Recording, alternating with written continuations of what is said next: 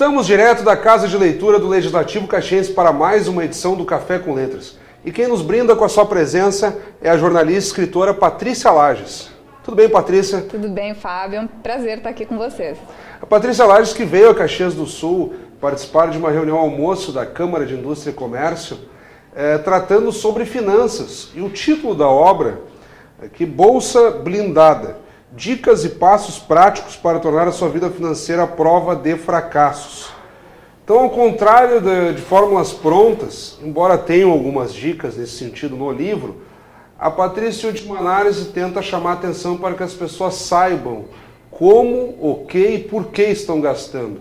É mais ou menos isso, Patrícia? É isso aí, Fábio. O que a gente propõe nos livros, principalmente nesse livro, é que a pessoa tenha consciência de como ela usa o seu orçamento. Primeiro de tudo, ter um controle desse orçamento. Claro. Né? Saber para onde o dinheiro vai. Né? Eu atendo muitas pessoas que me dizem assim, meu dinheiro some. Eu digo, não, dinheiro não é uma coisa que suma, né? A menos que você tenha sido roubado. Apesar que né? tem inflação e, digamos, o poder de compra está mais difícil agora. Dá uma diminuída, mas sumir não some. Claro. Então, o que pode estar acontecendo, o que fatalmente está acontecendo, é que você não se lembra, você não sabe para onde está indo esse dinheiro. Então, a ideia de que a pessoa tenha um controle financeiro é que ela exatamente saiba para onde vai o dinheiro dela e que ela possa fazer conscientemente as suas escolhas. Mas nós temos aqueles perfis de consumo e é aquela situação clássica, o sujeito pode ganhar 5, 10, 15, 20 mil, mas nunca tem dinheiro. Por que acontece isso? Pois é exatamente pela falta do controle financeiro. Então, muitas vezes a pessoa chega até a mim e diz, olha, eu estou endividado e o problema da minha dívida é que eu ganho pouco, né? Digo, mas você nunca teve um aumento? Não, eu tive um aumento, mas eu continuo ganhando pouco. Claro. Então, o que a pessoa tem que ter a consciência é o seguinte, se você ganha 1.000 e você não sabe para onde vai esses 1.000, você não tem controle sobre 1.000 e gasta 2, se você ganhar 2, não vai resolver o teu problema, porque a sua dinâmica é gastar o dobro do que você ganha. Então, esse ciclo nunca vai acabar. Você vai ganhar 4 e vai gastar 8, quer dizer, cada vez você vai dever mais, porque essa é a maneira como você administra o seu dinheiro. Né? Você não faz os teus desejos caberem no seu salário. Né? Você estica o seu salário com cartão de crédito, com cheque especial, para que ele alcance aquilo que você quer, e aí o seu dinheiro acaba indo embora mesmo, com juros, com uma série de coisas que não vai para a planilha de orçamento de ninguém, né? Aqui no livro eu tentei gravar as páginas mais ou menos. Tu fazes um orçamento fictício, digamos assim, categorizando os tipos de receitas e despesas. Claro, receita... Geralmente as pessoas são assalariadas, mas ainda tu propões aqui duas modalidades. Um salário de 3 mil e um recurso de R$500 com vendas secundárias. E depois há aquelas despesas fixas, que daí é aluguel, faculdade, empréstimo. Depois as despesas variáveis, que é luz, água, telefone, não quer dizer que elas não tenham, só que nem sempre o valor é o mesmo. Exatamente. Eu acho que essa é a situação que tu colocas. Daqui a pouco, a luz pode ser mais baixa em um determinado momento, depois chega o verão, usa muito ventilador, aumenta, ou no inverno com aquecedor, mas há aquela oscilação. E depois despesas arbitrárias, almoço, roupa, cafezinho... Essas são as venenosas. Cinema, pet shop. E aí tu fazes aqui uma equação em que o sujeito termina com um saldo positivo de R$100, tendo uma disciplina, digamos assim, nesse processo de gasto, renda e por aí afora. Mas no decorrer do livro também há dicas de que nem sempre acontece essa situação ideal. Quase nunca. E o teu objetivo é trazer as pessoas para essa situação ideal. O que é mais difícil para as pessoas, independentemente de renda? Claro, às vezes a pessoa tem um salário muito baixo, de fato é muito difícil manter as despesas essenciais.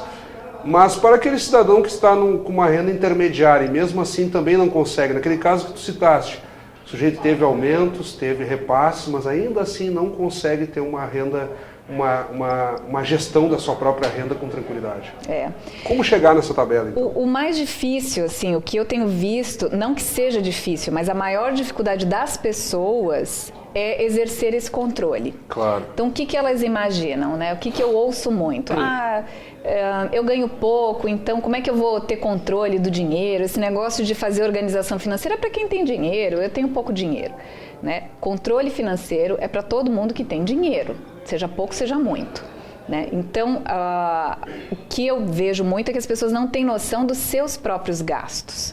Então, na maioria das vezes, a pessoa acha que o que está levando o dinheiro dela é uma conta fixa alta, por exemplo. Muita gente diz, não, meu aluguel é alto e é uma coisa que eu não tenho como remediar.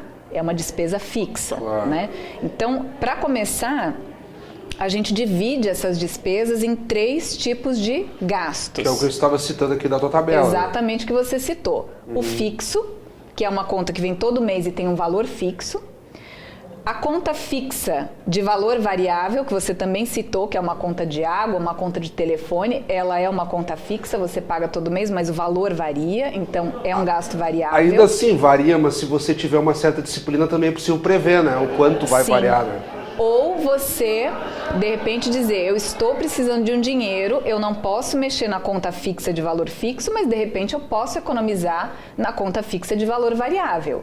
Então, aí você já começa a ver uma saída para ir organizando as suas finanças. Quando você bota na ponta do lápis ali que você está gastando X de telefone e que é muito, e que de repente você pode trocar o plano da sua operadora e economizar ali 80, 90, 100 reais. Claro. Né? E o importante é você saber que essa economia de 100 reais por mês vai virar 1.200 reais no ano. Claro. Então, é nisso que a gente tem que sempre pensar, né? Sempre dinheiro versus tempo, né? O dinheiro, mesmo que seja pouco, dentro de um período longo, ele se transforma numa conta maior, né? Então, é isso que a gente tem que imaginar. Então, na hora de fazer o seu controle financeiro, você lança lá as suas contas fixas de valor fixo, as suas contas fixas de valor variável, que você pode exercer um certo controle. E o vilão do orçamento é o gasto arbitrário. O que é o gasto arbitrário? É aquele que a gente adora, que nunca entra no orçamento, que é o restaurante, que é uma roupa, né, que é uma viagem de última hora. Cartão de crédito. Que é você não controlar quanto gasta no cartão, né? O cartão tá passando, então é só alegria, tá passando, tô feliz, mas você não tá controlando. É aquela ficção de que o orçamento ficou maior por ter o cartão de crédito, só que lá na ponta a conta vai ser cobrada. Exatamente, porque você está incorporando um gasto como se fosse um ganho. Isso é um erro. Por isso que as pessoas se enrolam tanto com o cartão. O cartão não é um ganho. O cartão é uma despesa, simplesmente ele existe para ajudar você a organizar o seu gasto, mas ele não é um agente de empréstimo. Claro, né? exatamente. Ele não está te emprestando e quando ele empresta, ele cobra muito caro. Um detalhe que eu achei interessante, e tu fazes aqui a dica, no sentido das proporções, olha, se você economizar 100 reais no telefone, isso num ano dá 1.200, e tu fazes o mesmo comparativo com despesas mais aparentemente sem tanto significado, mas que tem, por exemplo, o cafezinho depois do almoço, um lanche. E eu fiquei imaginando aqui também, tentando fazer uma autocrítica quando li o teu livro, dizer, pô, mas eu não quero abrir mão do cafezinho depois do almoço. Pô, mas está claro que eu gasto tanto desse cafezinho. E aí o sujeito, vamos supor, passa por uma situação em que tem que gastar mais. Está trocando os móveis de casa, ou vai fazer uma viagem. Aí o sujeito pensa assim, bom, já sei que está me dando tanto a mais por mês o cafezinho e o lanche. Se eu abrir mão, daqui a pouco eu resolvo essa dificuldade financeira que aumentou os meus gastos. Então, é também uma estratégia que tu trazes aqui, né? A pessoa não precisa adotar o hábito de uma hora para outra, mas já sabe que se abrir mão de determinada situação, enfrenta a outra com mais facilidade. Né? É uma outra forma de resolver as questões financeiras, né? Porque o que acontece? Nós somos pessoas de hábitos, né? Você tem hábitos, eu tenho hábitos e geralmente nenhum hábito é de graça. É como você falou, eu sei que eu gasto 5 reais todo dia no cafezinho, mas eu não quero abrir mão. Claro. Ok. Porém, o que acontece com a gente quando a gente precisa de dinheiro? Num caso de doença, né? Num caso de uma viagem, alguma coisa que aconteça de repente. Nós estamos habituados, né, a buscar esse dinheiro fora. Então, esse dinheiro sai do cartão de crédito, que você compra o que você necessita e não sabe se no dia da fatura vai poder quitar aquela fatura. Acaba entrando num rotativo, acaba não conseguindo sair porque o juros está no teto, né? Aliás, está na lua, né? Passou do teto faz tempo, está impagável.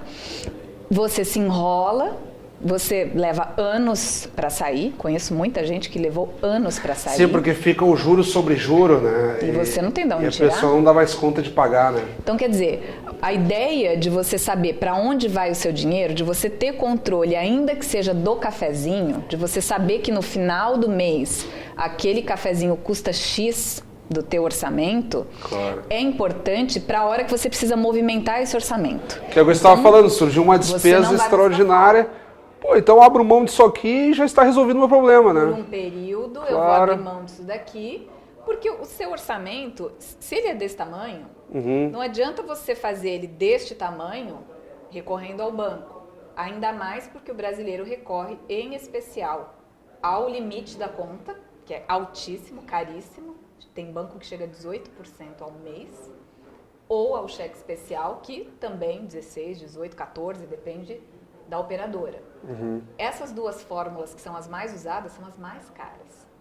Então não adianta você querer, né, alargar o teu orçamento pegando um dinheiro caro que depois vai estrangular o teu orçamento. Vai tirar o dinheiro do teu orçamento em juros. E a saída imediata sempre ou usa o cheque especial ou toma empréstimo. Então as pessoas geralmente pensam por essa saída, né? Então diz, não, a minha única saída é um empréstimo. É. A minha única saída é recorrer ao cheque especial ou ao cartão. Quando na verdade não é. De repente você troca um hábito, né, que pode no começo ser um sacrifício, às vezes pequeno, às vezes um pouco maior, mas é válido você fazer certos sacrifícios e não recorrer a esse dinheiro fácil, porque esse dinheiro fácil depois vai se tornar muito difícil de pagar. Claro. Né? Eu tenho uma leitora, por exemplo, que ela, quando foi até no lançamento do primeiro livro, ela chegou a mim e falou, olha, eu estou numa situação, ela trabalhava em banco, então ela tinha muita facilidade em ter acesso a crédito, né? Crédito consignado, inclusive, que ela dizia, é baratinho, é facinho, né? Ok.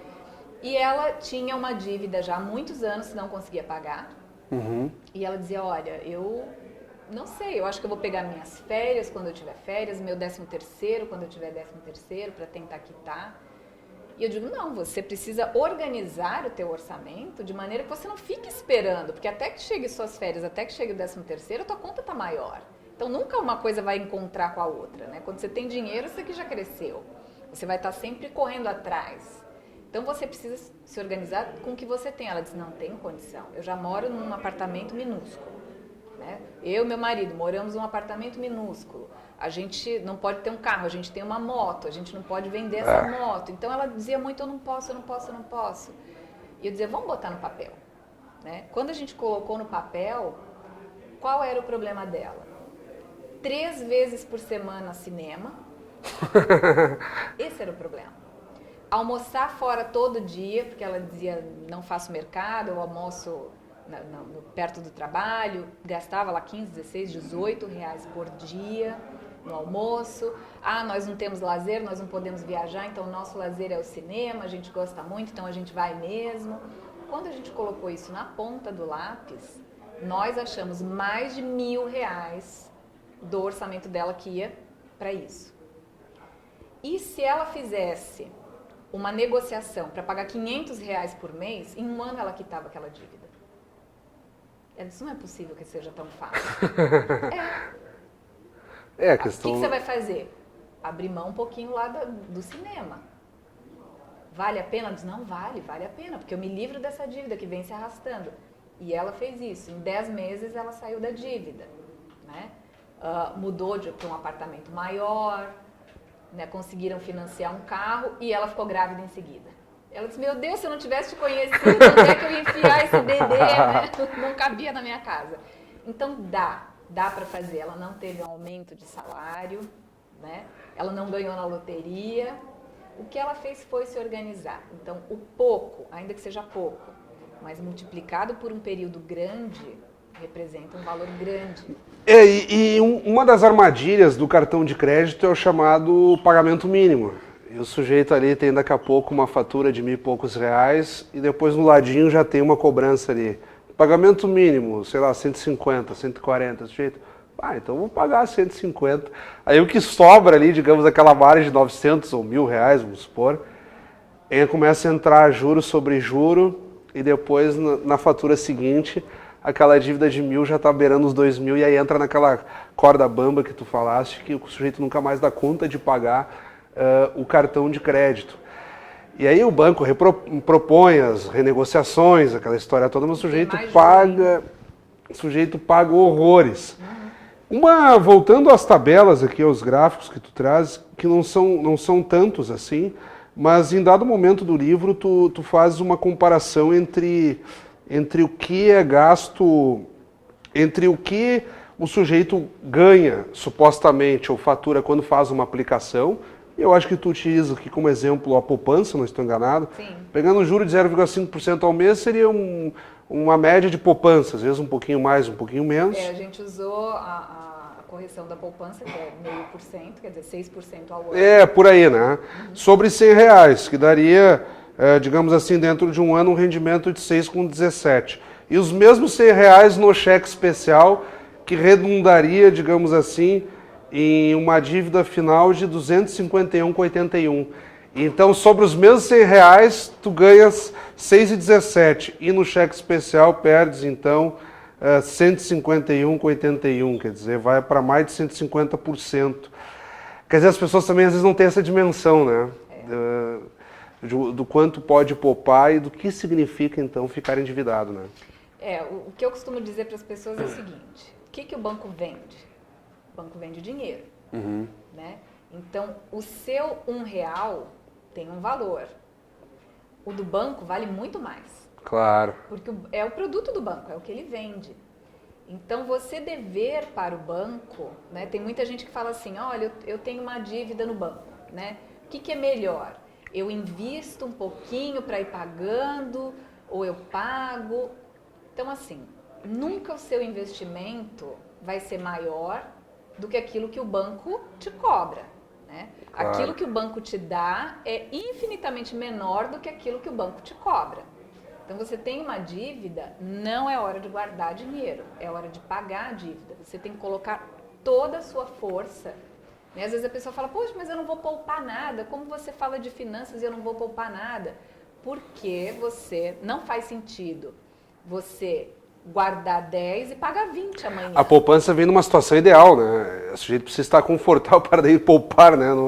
Quem é que vai poupar numa situação de dívida, né? Então, enquanto você querer enxugar o chão com a torneira aberta.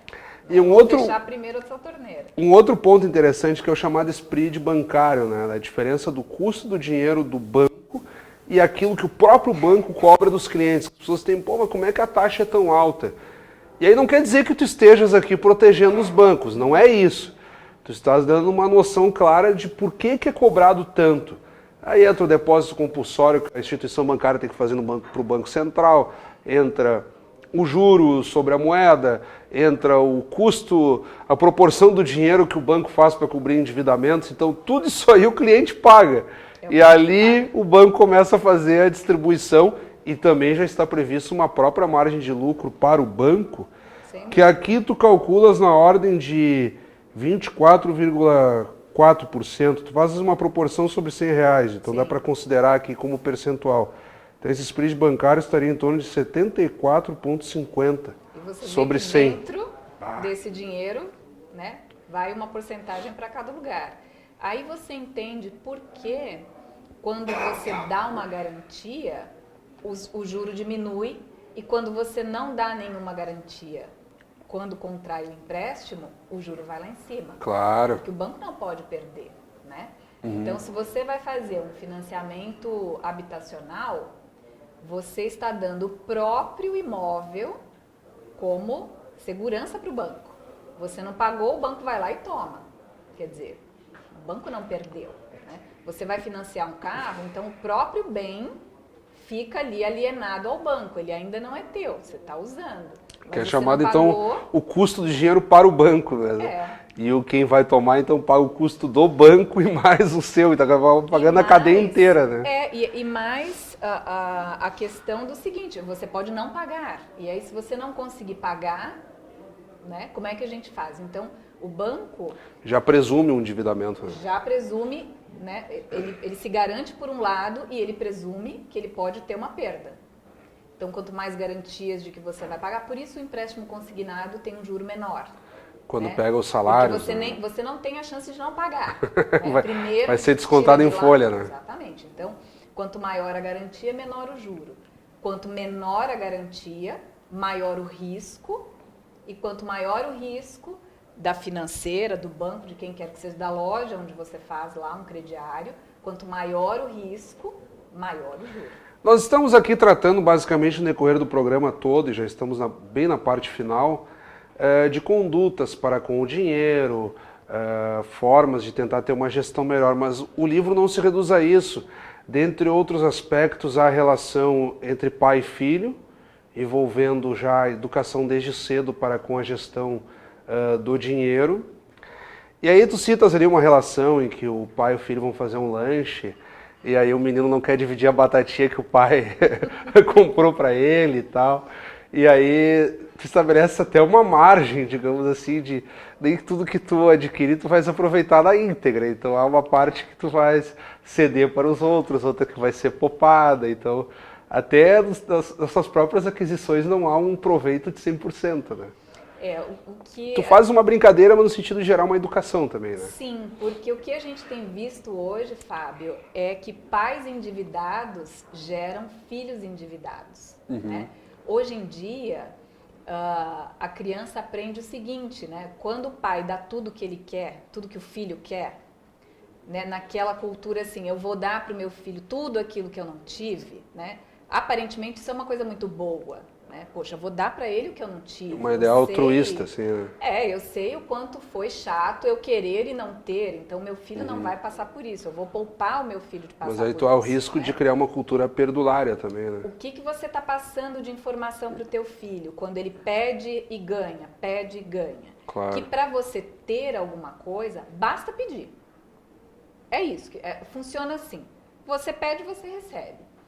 E no mundo real, não é assim, né? No mundo real, né, depois quando esse filho cresce e vai trabalhar, ele não pede e recebe, né? Ele precisa trabalhar, ele precisa merecer, ele vai chegar na escola, ele vai ter que estudar para tirar nota. Quer dizer, tudo tem uma consequência. Se você quer, você tem que fazer alguma coisa, né? E se você não fizer, a consequência vai ser ruim, vai ser você não ter, você não conseguir aquilo que você quer.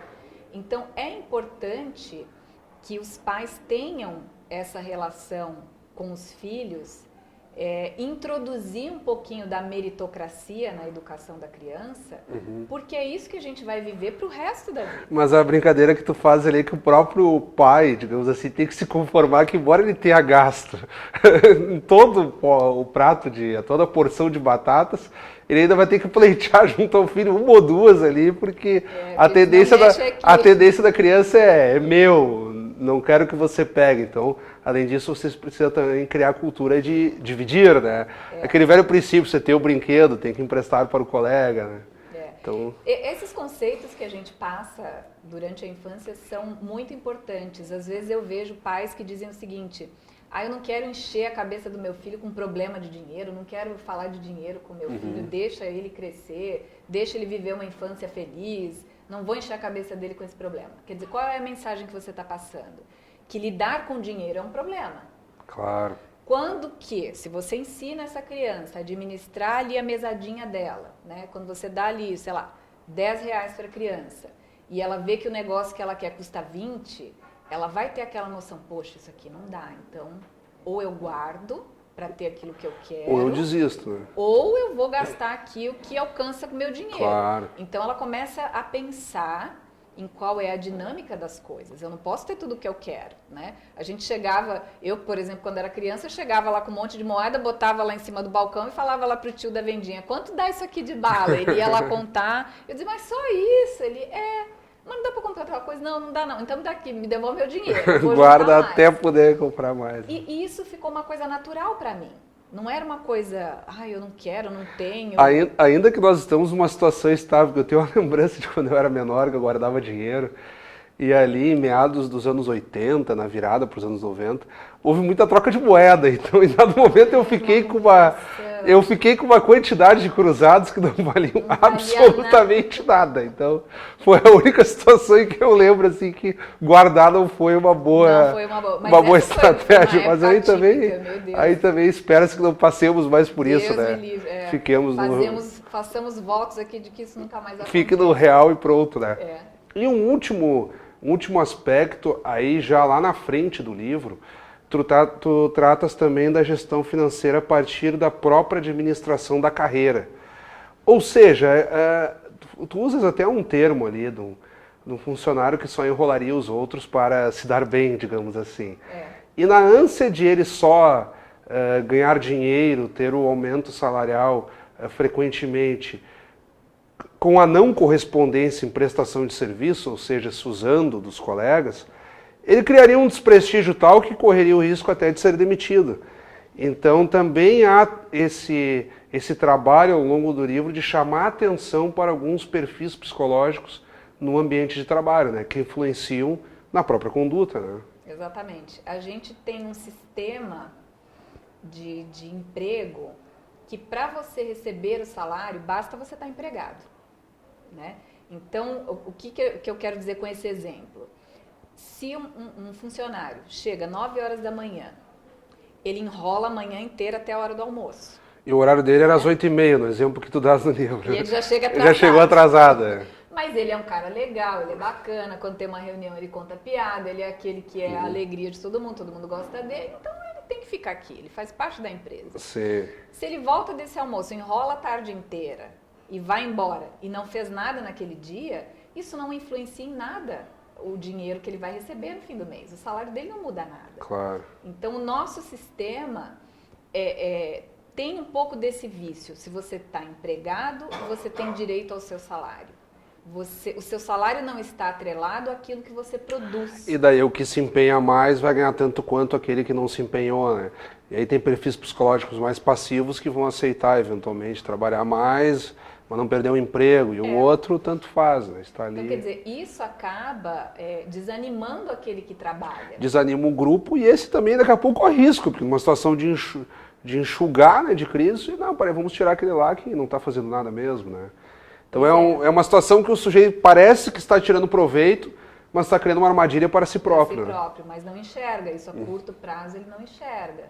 Então, num sistema onde nós recebemos igual, se as nossas funções forem iguais, ainda que você trabalhe muito mais do que eu, isso não me motiva a chegar ao teu nível, porque eu ganho igual. Claro.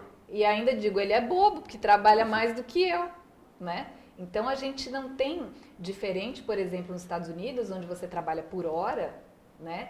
E você produziu, você ganha, você não produziu, você não ganha. Sim, aquele trabalho, aquela ideia do job, né? Só que, é claro, numa situação financeira em que o sujeito não tem a garantia também de quanto vai receber, aí é preciso também calibrar, né? Eu, pensando aqui, não radicaliza tanto no sentido de extinguir o salário regular, mas também cobra mais a ideia da produtividade, né? Seria um equilíbrio, né? Está muito mais atrelado ao que se produz. Que a própria CLT e os direitos trabalhistas, bom, aí nós vamos comprar uma briga aqui. É um outro assunto. É um outro assunto, e que eu acho que deveria ser preservado ainda, assim, os direitos, mas com esse lembrete que tu trazes aqui, né? Porque o que eu pensei aqui não foi nem tanto até a ideia, assim, do que trabalhou mais e do que trabalhou menos, mas aquele cara que acha que está dando uma desperta em dado momento, num momento de crise ele vai ser descartado, né? Aquela ideia de você se fazer importante também no seu trabalho, né? Porque uma hora a coisa vai aparecer, né? Em algum verdade. momento a coisa vai aparecer. Então, é um pouquinho, conscientizar um pouco mais as pessoas de que num momento como esse que a gente está vivendo, quem sobrevive é aquele que faz diferença. Claro. É aquele que, se tirar dali, a empresa vai sofrer, né? Então, nesse momento, a gente separa um pouco quem é quem, né? E aí, esses que são os enrolões acabam... Tu fazes um trocadilho, né, com o termo de enrolar e tal. Eu quero te agradecer imensamente, eu acho que nós conseguimos aqui traçar uma breve revisão nos perfis, tanto de conduta quanto da própria gestão ali, das finanças mais cruas, né? Usamos termos aqui como spread bancário, terminologias que às vezes não são tão familiares do cotidiano e que tu tentas trazer aqui de uma forma mais palatável. E eu gostaria que de forma breve tu tocasses num ponto que não abordamos até aqui, fizesse as tuas considerações, digamos assim. Olha, o que eu diria é o seguinte, o nosso interesse é que as pessoas tenham conhecimento financeiro, não para que elas deixem de consumir, não para que elas, né, sejam aquela que dá o tchau com a mão fechada, não é isso. Mas é para que as pessoas aprendam a fazer boas escolhas. Tu faz, né, até uma brincadeira aqui, um trocadilho com a ideia de ser pão duro e tal. Pois é, economia não é ser pão duro, não é deixar de gastar, né? Claro. A nossa economia precisa de consumo. E tu estás em Caxias do Sul falando para gringos, hein? Então isso fique bem claro, que muitos vão discordar de ti que estão nos acompanhando aqui. Nós precisamos fazer escolhas certas. Claro. Né? Então, consumir de uma maneira equilibrada, né?